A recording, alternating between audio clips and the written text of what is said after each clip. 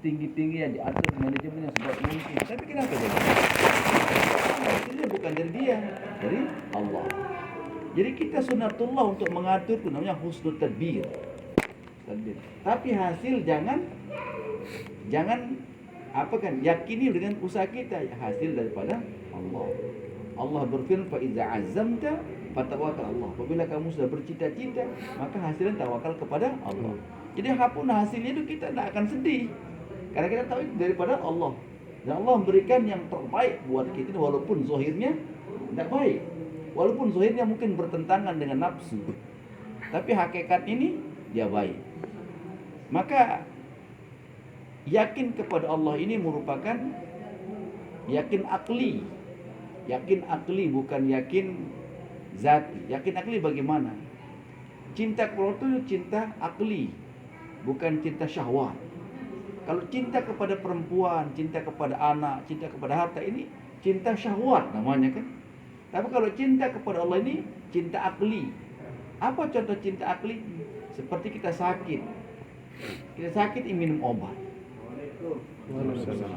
Nafsu kita tidak mau minum obat itu, ya pahit kan? Tidak mau nafsu kita. Tapi akal kita nyuruh kita minum, dia akan kita minum, bahkan kita beli dengan harga yang mahal itu obat itu. Kenapa? Karena kita dengan akal kita akan sehat kalau kita minum obat itu. Padahal nafsu kita tidak mau. Itu namanya hubullah, itu cinta kepada Allah itu seperti itu dia, dengan akal. Nah, banyak perintah Allah tidak sesuai dengan nafsu kan? Tapi kita kerjakan. Kenapa? Karena hubul akli, kita cinta kepada dengan akal, bukan dengan nafsu. Nah, sekarang yang enak kita minum kan sirup. Yang lagi panas ini kan mau kita minum es kan enak. Rasanya es ini kalau sakit kan, nafsu kita mau es kelapa muda, mau es cendol, mau sekali dia minum kan. Tapi kan akal tidak membenarkan itu. Nanti kalau kita minum turutkan nafsu, tambah parah penyakit kita. Maka akal tidak mau, maka akal mau minum obat, kan? Padahal nafsu tidak mau minum obat itu. Nah, begitulah cinta kepada Allah itu, cinta akli, bukan cinta syahwat. Maka demikian juga ini kalau kita mengaturkan arih nafsaka min tadbir, istirahatkan jiwamu, hatimu, daripada mengatur. Ngatur tangan saja, atur tangan, pikiran, lihat atur, hati miliknya Allah. Setelah kita atur, fatawakkal Allah, maka tawakal kepada Allah. Jadi apapun hasil kita yakin yang terbaik, dia terbaik. Sehingga ada contoh lain. Jadi kebaikan itu bukan dilihat daripada zahirnya saja. Ketika Nabi Musa AS dengan Nabi Khidir, dia menyeberangi lautan, maka dirusaknya perahu sama Nabi Khidir. Maka Nabi dilihat dirusaknya perahu oleh Nabi Khidir.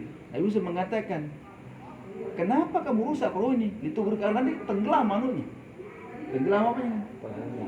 Tenggelam penumpangnya nanti kan. Zahirnya dia jelek ini Zahirnya dia jelek perbuatan Nabi Khidir. Tapi hakikatnya dia baik. Zahirnya dia baik. Nabi Musa melarang dia, tapi hakikatnya tidak baik. Kenapa dia rusak? Kalau saya tidak rusak ini, nanti dirampas perahu oleh raja yang zalim. Maka saya rusak perahu ini agar tidak dirampas oleh orang raja yang zalim. Nah, begitu Allah kadang-kadang memberikan kita hasil itu jelek kelihatannya, sebagaimana Nabi Khidir rusak perahu kan jelek kelihatannya, tapi hakikatnya dia baik itu. Kadang-kadang dibangkrutkan, kadang disakitkan, gitu kan. Zahirnya jelek ini kan, tapi hakikatnya dia baik. Sebagai Nabi Khidir ada 3 kasus kan. Nabi Khidir merusak perahu, Nabi Khidir membunuh anak kecil, Nabi Khidir menegakkan tembok orang yang pelit, gitu kan.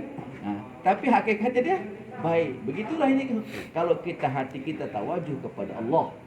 Nah, tawakal kepada Allah kan, apapun hasilnya zahirnya jelek tapi hakikatnya baik. Itu membuat dia akan tenang. Itu membuat hati kita kan lapang. Karena Allah berfirman, alladzina qalu rabbuna Allah tsumma istaqamu, orang-orang yakin kepada Rabb kemudian istiqamah dalam Allah, fala khaufun alaihim wa lahum yahzanun, tidak ada takut. Kenapa tidak takut? Yakinnya itu membuat dia tidak sedih. Jelek hasilnya tidak sesuai dengan nafsu, tapi kita yakin ini kebaikan daripada Allah, tenang kita jadinya gitu kan. Tenang kita ini. Sehingga para sahabat ini karena dia punya keyakinan seperti ini, yang tidak diminta. Ada seorang sahabat tertancap ini, anak panah antara ketiak dengan susunya di perang Uhud. dari perang, dia datang kepada Nabi, ya Rasulullah, tolong cabutkan anak panah ini. Maka Nabi bersabda, saya mampu mencabut anak panahnya dengan mata panahnya gitu kan, risulannya itu. Tapi kalau kamu mau, saya akan cabutkan kamu anak panah, saya tinggalkan besi dalam tubuhmu, dan saya akan bersaksi untuk dirimu di akhirat, kamu akan mati syahid. Apa kata sahabat itu? Cabut ya Rasulullah dan tinggalkan besimu, dan bersaksilah untuk dirimu, aku akan mati syahid. Jelek apa enggak besi tinggal ini kan? Jelek kan? Tapi kenapa dia mau sahabat? Karena dia yakin dengan sabda Nabi. Dia akan membuatkan keberuntungan, walaupun zahirnya dia akan menanggung penyakit itu kan. Tapi dia yakin tuh, itu membuat kita ada sedihnya. Orang besi tubuhnya dia tidak sedih, karena dia minta itu. Kenapa? Karena dia yakin keputusan itu adalah keputusan Allah yang akan membuat kita sedih. Kisah kedua, seorang perempuan Sabia ini, dia penyakitnya penyakit ayan. Penyakitnya penyakit ayan. Maka datang kepada Nabi, dan kalau dia kumat ayannya, dia menggelpar-gelpar tuh kan, terbuka auratnya. Maka datang kepada Nabi, ya Rasulullah, tolong doakan penyakit ayanku sembuh. Nabi ini kalau berdoa bab ini dia orang. Ada seorang sahabat diutus untuk membunuh orang Yahudi. Karena penglihatannya kurang baik ini, maka dia jatuh, patah langsung kakinya kan, dibopong ke Nabi. Nabi diurut aja gitu, langsung bersambung kaki. Ini bab-bab ini Rasulullah ini doanya jasper. Datang seorang sahabiah yang perempuan, ya Rasulullah, tolong doakan penyakit ayanku sembuh. Maka Nabi mengatakan, kalau aku doakan penyakit ayanmu, insya Allah Allah akan sembuhkan. Tapi kalau kamu sabar, kamu dapat surga. Pilih sembuh atau pilih surga? Jawab dia. Sahabat mengatakan, ya Rasulullah, aku pilih surga, biar aku sakit. Biar aku sakit sampai mati. Cuma tolong doakan aku. Nanti kalau ayanku kambuh ini, nah, auratku tidak terbuka. Kenapa dia pilih sakit? Kan? Karena dia tahu ini akan buat kebaikan kehidupannya dunia akhirat. Itu yang membuat kita tidak akan sedih. Itu bukan ada musibah dalam hidup kita, bukan ada kekurangan dalam hidup kita, tapi keyakinan bahwa semua ini adalah dari Allah yang akan membuat diri kita la khaufun 'alaihim wa lahum yahzanun. Maka di sini kita beli ya kan, arih nafsaka minat tadbir, istirahatkan diri dari mengatur. Fama qama bi ghuruka fala takun min al-musib. Nah, apa yang sudah dikerjakan oleh selainmu, jangan kamu sibuk-sibuk. Apa maksudnya kan? Memikirkan hasil. Memikirkan hasil.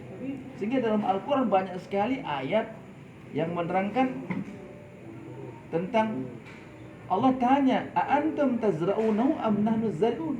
Kamu yang menumbuhkan atau kami yang menumbuhkan Allah? Coba kita lepas saja biji itu. Kita tidak tahu kapan dia pecah bijinya, berapa senti pertumbuhannya, akan berapa, kita tidak tahu. Kita lepas saja bijinya kiri kan, sebagai syariat Allah yang menumbuhkan. Lalu kadang-kadang keyakinan kita yang menumbuhkan. Padahal taruh biji cabai, Allah yang menumbuhkan. Kalau biji jambu, Allah yang menumbuhkan. Nah, sehingga Allah tanya, "A'antum tazra'unahu am nahnu zari'un?" Kamukah yang menumbuhkan dia pohon-pohon itu? Tanah-tanah, atau kami yang menumbuhkan Allah?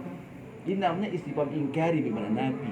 Ini istifham ingkari kan, pengingkaran kamu yakin kepada kamu yang merasa menumbuhkan. Tidak perlu dijawab ini. Antum tazra'una am nahnu zari'un? Kamukah yang menumbuhkan atau kami? Afaratul ma' alladhi tashrabu. Tidakkah kamu lihat air yang kamu minum itu? Kata Allah kan, antum anzaltumu minal muzni am nahnu munzilun? Kamukah yang menurunkan air dari awan atau kami menurunkan? Kita pikirkan begitu. Maka di sana kan muncul ketawakalan. Apapun hasilnya secara zahir bertentangan dengan nafsu, itu yang terbaik. Sebagaimana Nabi Khidir merusak perahu, membunuh anak, melegakan tembok ini. Kelihatan zahirnya ini dia jelek dalam pandangan Nabi Musa, tapi dia terbaik. Nah, makanya kita buka usaha, ada bencana, ada musibah menimpa kita ini, walaupun kelihatan jelek ini, itu tanda sayang Allah buat diri kita. Itu membuat kita tenang, jadi Masya Allah, bangkrut kita tenang. Maka ada riwayat di India ini, ada dua ulama yang mereka gembira bersenandung ini kan. Maka ditanya, kenapa Syekh ini begitu gembira, begitu senang ini kan? Alhamdulillah, kami baru selesai dirampok, katanya kan? Kami baru selesai dirampok. Kenapa dia gembira? Karena asbab yang menghalangi ketawakalan kepada sudah hilang, katanya. Asbab yang menghalangi ketawakalan kepada sudah hilang. Jadi ibadah ini kalau kita serius ini kan asal iman kita, tarbiyah iman, tazkiyah iman kita ini kan, tarbiyah latih iman kita, tazkiyah sucikan iman kita ini, nanti kita akan punya derajat bisa mengambil dari hazanah Allah langsung ini. Makanan, kekayaan itu kan, pakaian bisa mengambil dari hazanah Allah. Banyak dalam riwayat itu ada seorang dulu kan kalau haji kan dengan jalan kaki dan berkendaraan unta. Itu dari Baghdad itu, dari Irak itu ke Mekah itu mungkin lebih 1 bulan perjalanan kan, atau 2 bulan perjalanan gitu.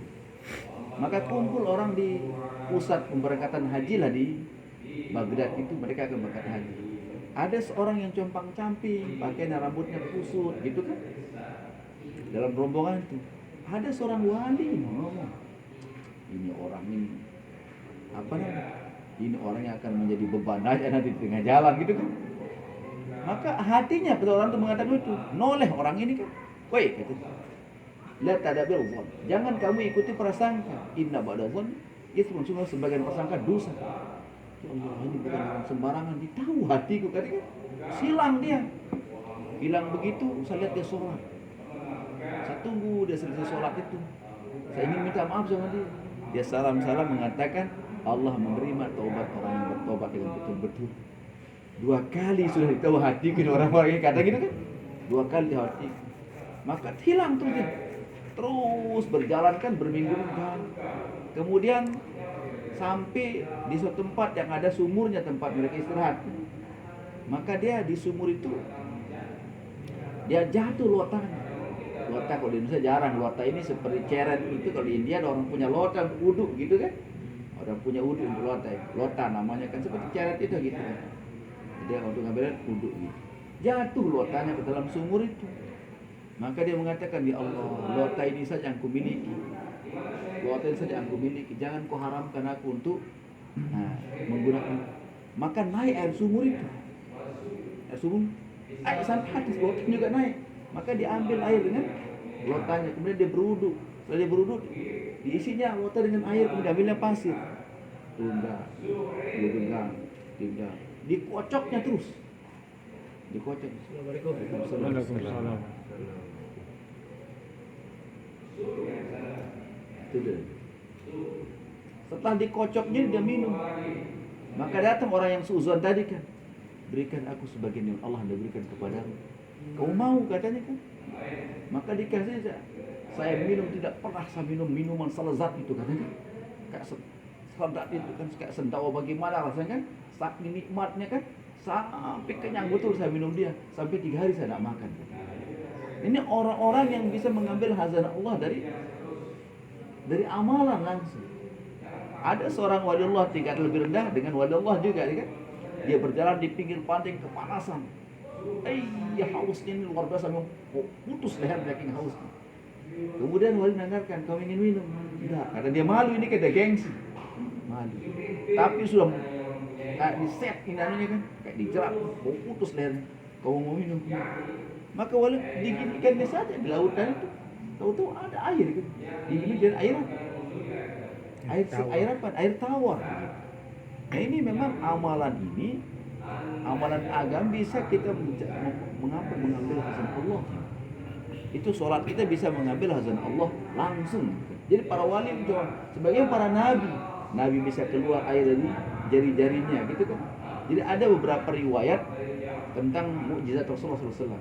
Satu ini sahabat kekurangan air, gitu kan? Kekurangan air. Maka Rasulullah SAW celupkan tangannya di ember, tidak putus-putus air itu. Diambil, sahabat mengisi kantong-kantong air, tidak putus-putus gitu kan. Ini Nabi ini kan memang mukjizat kan, dia bisa mengambil dari Allah. Suatu hari banyak kisah lah di perang yang paling sulit tuh Tabuk. Perang Tabuk itu kan Nabi tidak pernah menjelaskan kondisi yang akan dilalui.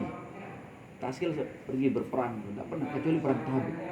Rasulullah menjelaskan ini perang yang medan yang kita lalui ini sungguh sulit dan sangat panas. Sampai Allah mengatakan, la tanfiru fil har. Ini kata orang munafik, jangan kamu keluar di musim sangat panas. Maka Allah turunkan firman kan, Qul naru jahannam asyadu harra law kuntum ta'lamun. Katakan kepada mereka, neraka jahanam lebih panas kalau kamu mengetahui. Maka mereka berjalan sampai sawat masa mau putus sanuknya.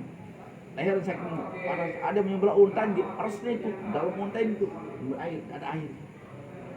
Maka begitu kepayahan saudara sahabat. Maka Rasul Abu Bakar mengatakan, ya Rasulullah antal mabru, engkau orang diberkati kan, engkau doa kepada Rabbnya akan Allah berikan kita air. Oh itu mau kalian kan? Maka saya angkat tangan. Belum turun tangan Nabi sudah hujan datang kan? Sahabat minum dan mengisi kantongan air. Ternyata hujan lokal saja sekitar itu saja, udah di luar tidak ada. Ini Nabi bisa mengambil hazan Allah langsung begini. Nah, ketika di dalam suatu peperangan ini, sahabat ini kekurangan makanan kan? Satu kurma satu aja. Satu kurma, satu orang minum air. Sehari ini satu kurma sambil perang coba kan. Maka Abu Bakar juga mengusulkan, ya Rasulullah, engkau doa mustajab. Udah Umar mengusulkan, ya Rasulullah, engkau doa mustajab. Suruh kami mengumpulkan kurma-kurma kami dan kumpulkan saja dan kudoakan. Maka terima usulan, dikumpulkan kurma-kurma itu, dikumpul semuanya dan Nabi doa. Setelah Nabi doa disuruh mengambil, maka dia bisa berkurang kurma itu. Sahabat seluruhnya mengambil, nah, tapi kurma itu tidak bisa keluar. Umar katakan, setelah aku lihat kurma itu keluar di ujung-ujung kain ini. Ini Nabi, itu namanya mukjizat. Para wali namanya karomah itu kan beda itu kan namanya karomah. Nah ini target hidup kita ini sehingga kita bisa mengambil nanti khazanah Allah itu. Sama seperti sahabat juga sama. Ketika Rasulullah meninggal, sahabat juga begitu. Abu Al-Hadrami radhiyallahu taala anhu